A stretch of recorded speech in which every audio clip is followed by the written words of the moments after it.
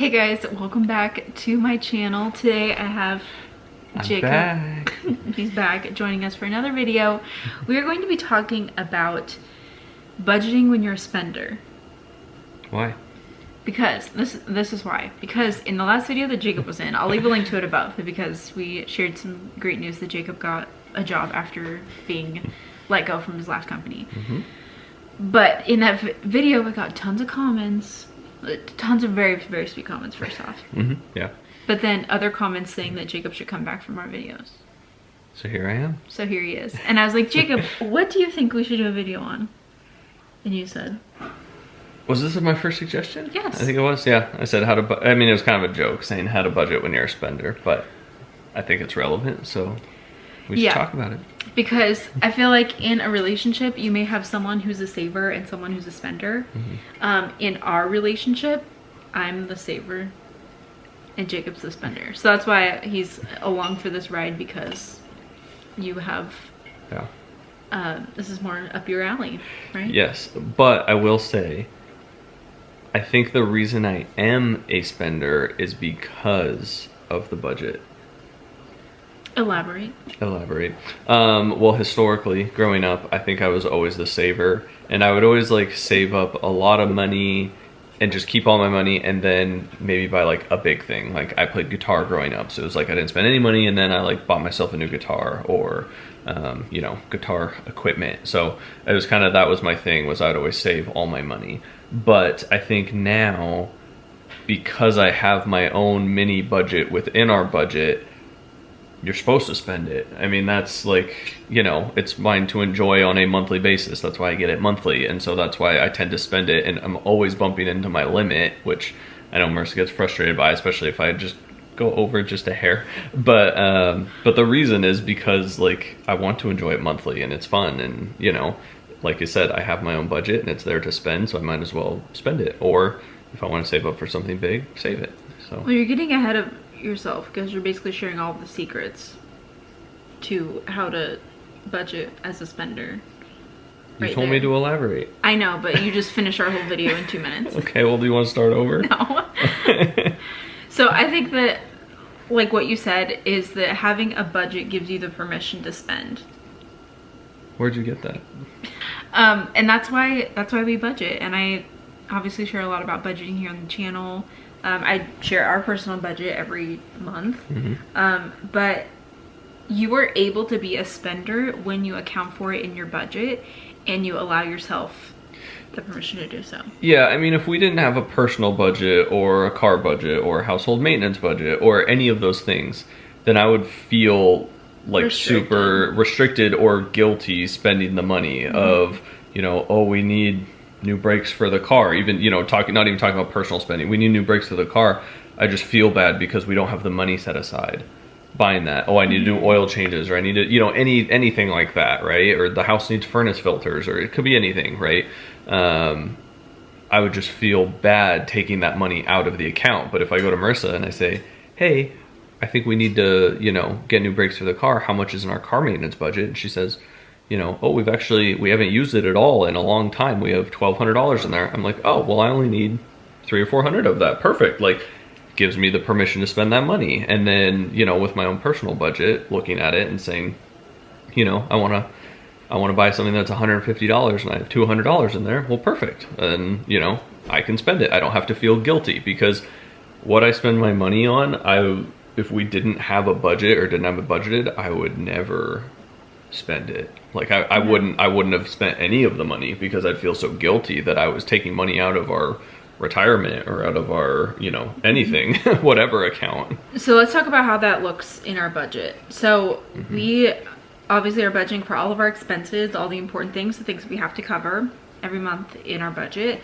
But we do also budget for things that are fun and enjoyable in our lives. And a lot of those things are actually more in our sinking funds section of our budget. So these are things that we're saving for every month. And what I love about this section of the budget is that, like, we'll put money aside in that every month, and it'll carry over month over month if it doesn't get spent. So, and that's kind of where all of our fun things are. And where I feel like it gives us even more of like that permission to spend. Oh yeah, because I mean, if you like, I mean, I could make up an example, right? Like if you gave yourself a clothing budget and you gave yourself $50 a month, but every pair of pants you buy is $100, well, then you're never going to buy a pair of pants if you can't roll it over from month to month, right? I mean, so in theory, it's like, oh, well, I need 2 months to save up in order to buy that pair of pants, you know? And so it's the exact same thing. If every single month, if your personal spending was $50, but you know, the things you wanted cost a little bit more than that, well, then save it for the next month. If it was use it or lose it, then you could never buy something more expensive than what the budget is set at. So let's talk about personal spending. Because if you've watched my budget update videos, then you know that this is a hot topic because Jacob is usually like over on his personal spending every month. We are trying to adjust this now because we're just trying to focus more on building our emergency fund right now and some other big financial goals. So we may trim back the personal spending a little bit. We did have a little money discussion about that recently. But we allow ourselves the permission to spend in our budget with personal spending. So each of us gets an allotment of money. Jacob's, before we made all these decisions, Jacob's was $250, mine was $100. And a lot of people each month. And this is in our sinking fund section too. So this is rolls over each month. But too, when I share that like in our budget, people are like, does Jacob get more because he makes more money? Or like, why does Jacob get so much more? I'm like, no. I'm like, it's just because he's more of a spender. Well, it's not that. It's just because I feel like I have more monthly hobbies, if you want to call it, like daily, like active throughout the year hobbies that I like spending money on, right? And so Marissa doesn't necessarily share those same hobbies. If she's working on her business or working with the family or doing all these things, like, I mean, she could spend it on massages every month or getting her nails done or her hair done or, you know, whatever, if that's not in a different part of the budget. But a lot of times she just hasn't done that. And so her, like I said, if I was at that time, I was getting $250, she was getting $100. If you looked at our balances, she would have like $700 or $800 in it, and I was at zero. So it just goes to show you, like, she literally wasn't, even though she had less than me, she wasn't spending it. She was saving it up, and it wasn't saving it necessarily for anything. She just wasn't spending it. Yeah, but that just also was like, I'm the saver. Yeah. And you're the. But that's why I'm like, but that's what she gave me the permission to spend it, so I want to spend it. Like, okay, that was why. I didn't give you the permission. Well, like, I'm not like your like mother. I know, but it was the budget, right? The discussion. Like, yes. It was, you know, we decided, like, yeah. And that was part of it with personal spending, was the other person isn't really allowed to say, that woman, no, I don't want you to spend the money. Like, you're allowed to spend it basically on whatever you want. Yeah. And so that's part of it too. Yeah, basically every other category in our budget. Some people may think that this is weird and too, like, I don't know, too intense with a relationship. But basically every other category in our budget, we're always checking in with each other when we're spending money. Of like, hey, I was thinking of getting this thing on Amazon for the household. Okay, sure, yeah, let's get it. Like, we just kind of have this, you know, we talk about those things, even if it's like a $15 thing. Well, that's just part of being open and communicating with each other. Just because, and the main reason, like, we do it is typically, I'm checking in with her because I see something like, yeah, we need a new, like, utensil. Like, today I bought a can opener for the house, right? Oh, like, you did? You didn't? We talked about it. You didn't tell me that you were going to buy it. I literally told you you were feeding Jack, and I walked up to you and said, I bought that can opener. I did not hear you do that. But the reason is because she's the holder of the budget. She might know something. She might have a piece of knowledge that I don't have.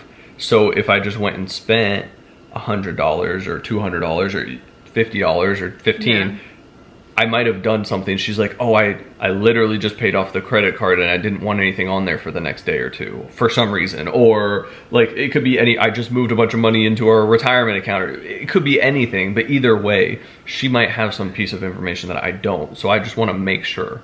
And likewise, right? She might say, like, we've actually done it a few times where she's like, oh, I was going to buy something for the boys, or, you know, baby food, or I don't know, whatever. And I was like, oh, I actually already bought it. She's like, oh, okay. So unless she had taken the extra step to know where I bought it, Amazon, went and checked the order history or something, then she wouldn't have known. And so we just are always bouncing it quickly off each other, and it just works. That's what works for us. And I know a lot of people will be like, anything over $50, like we'll, you know, ask our partner about, but we just kind of just are always checking in with each other. If I spent $50 100 times during the month, exactly, then we'd be in a lot of trouble.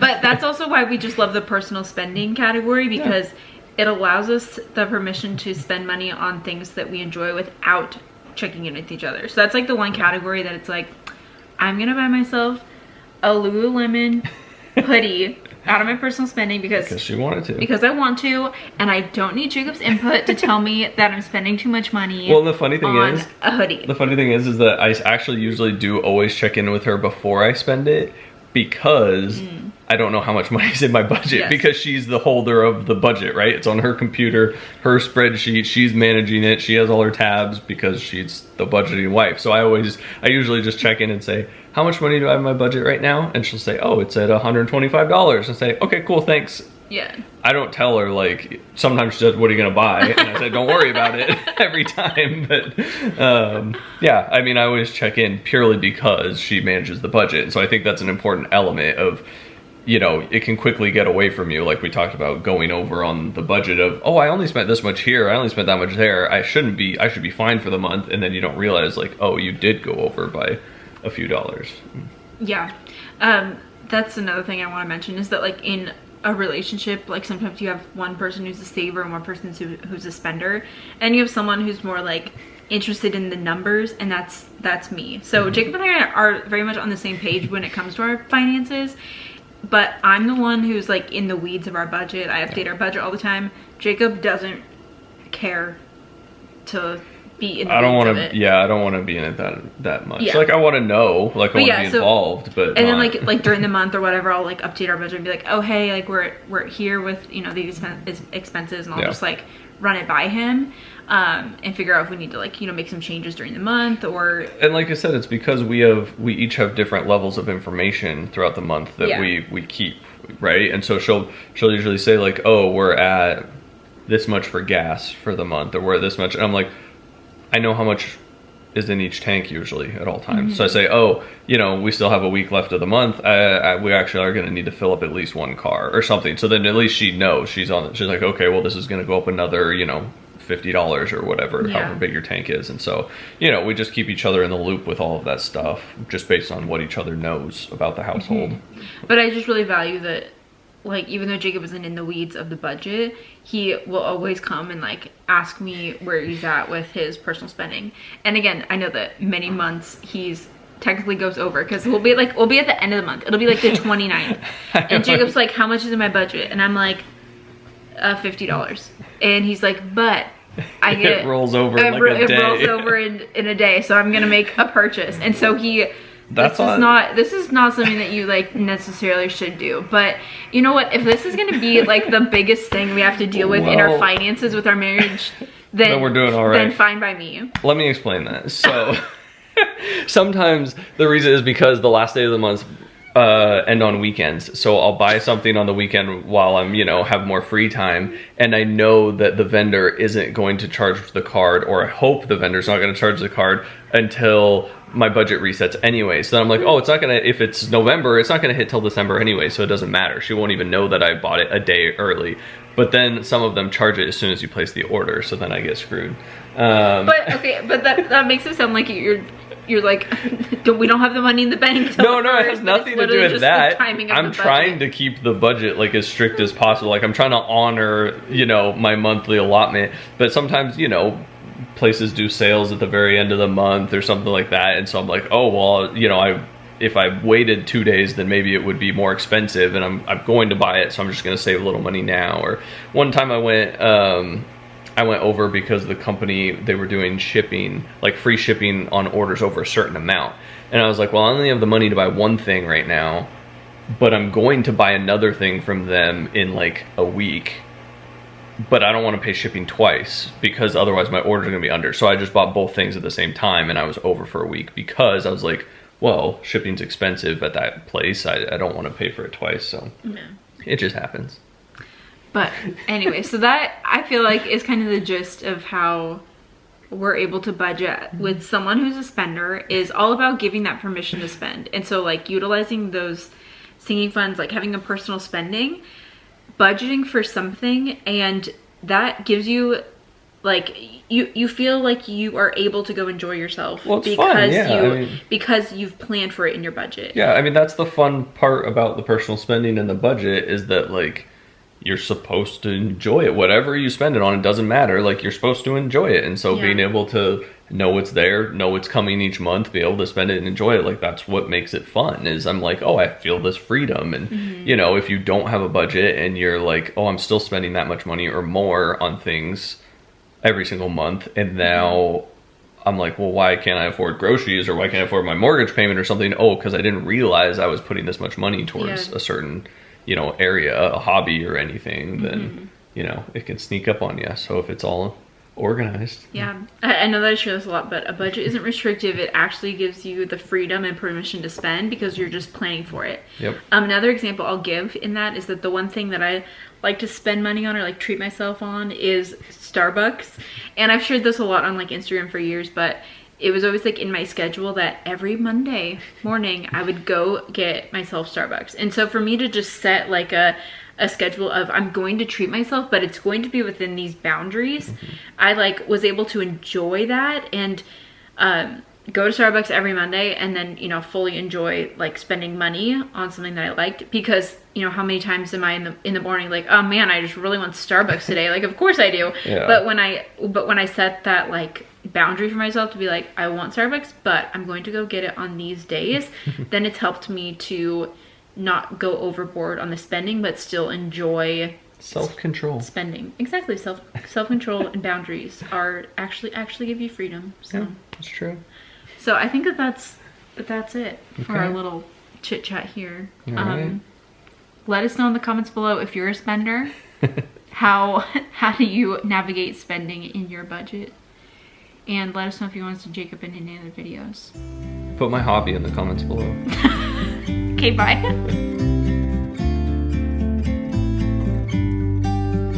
About to leave, already